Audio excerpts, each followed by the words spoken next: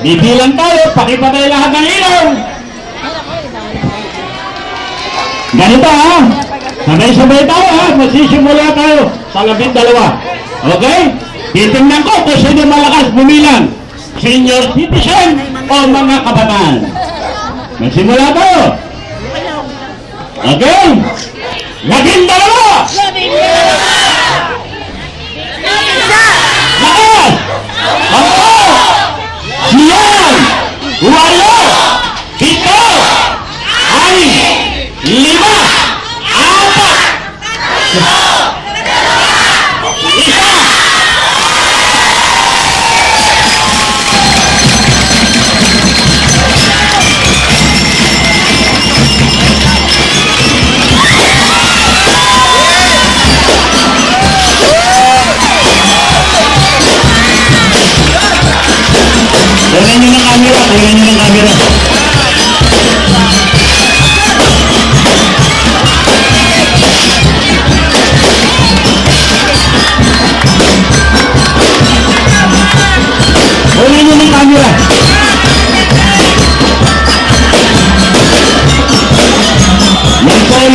'Yung ginawa.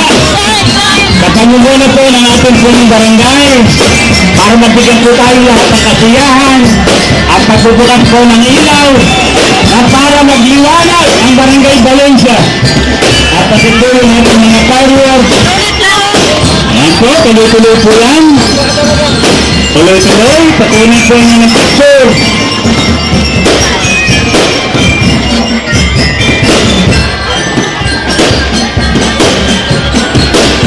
Mas push na ang Barangay Valencia.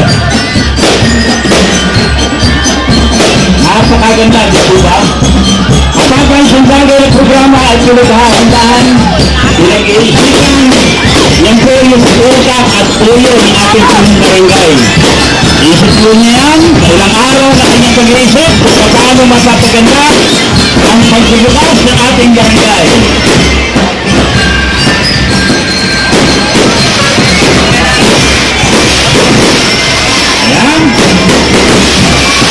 Ayaw natin ang kanda, pakitakpan po yung ating mga bumbunan.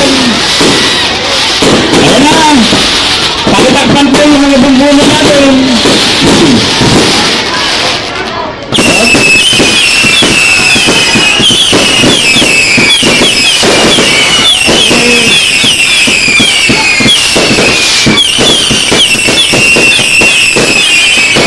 Marami pala rin eh.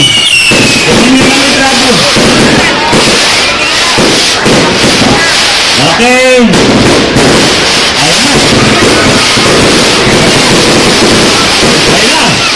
Ayun na. Okay.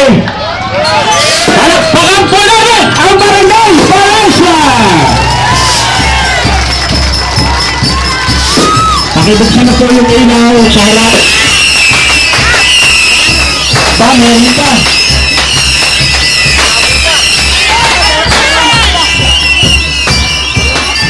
Meron pa?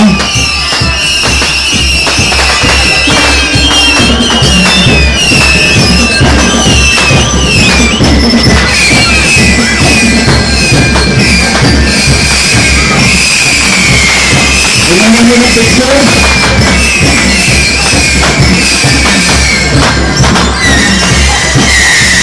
Very memorable. Very memorable. Ito natin malilimutan yung araw na October 14, kaarawan ni Kagawad Mark Bintan. Hindi natin malilimutan ang pasalubong natin kay Kagawad Mark Bintan sa kanyang 35 years old.